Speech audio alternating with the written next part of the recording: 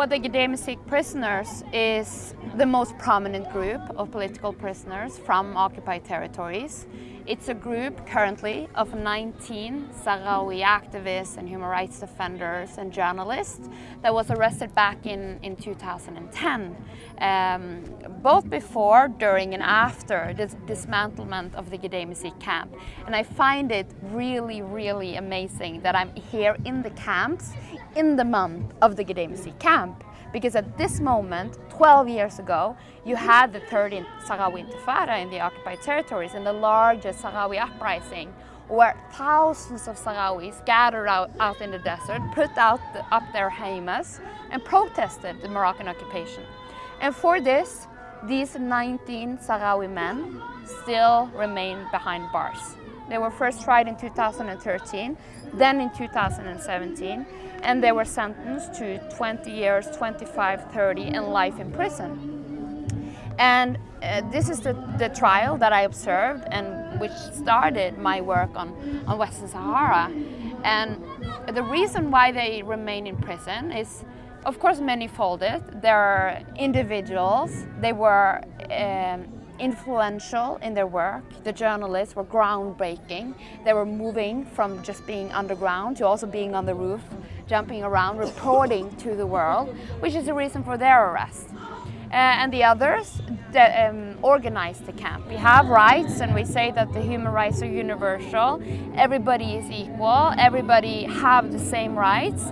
But at the same time, human rights is in its essence also politics. It's controlled by the geopolitical interests of states, what we put our focus on.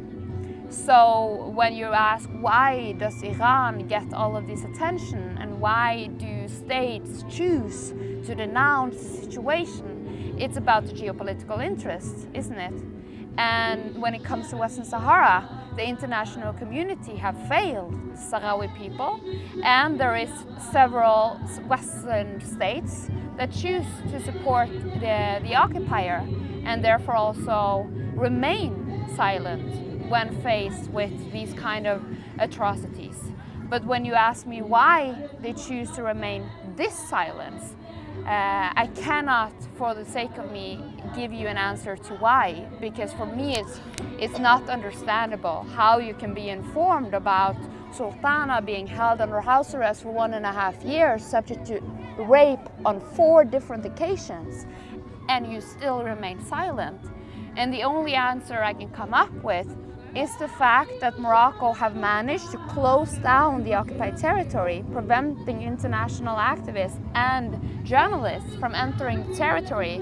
And in that sense, the world remains oblivious to what is happening. And in that sense, they can also remain silent. Because if they in fact knew the atrocities that are taking place and the systematic repression of Sahrawis aimed at actually deleting the entire Sahrawi identity from the face of the earth in the occupied territory, they would not remain silent anymore.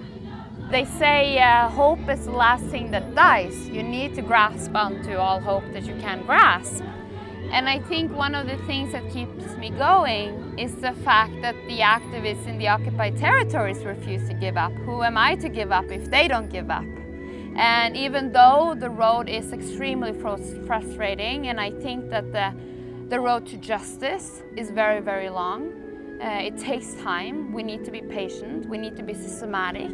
We need to continue the work, even though we don't see the results for maybe 3 years. You know, when we submit a complaint, it can take up to 3 years before you have a result and even an opinion. And then you have to start on the advocacy path. So of course it's frustrating, and of course it takes patience.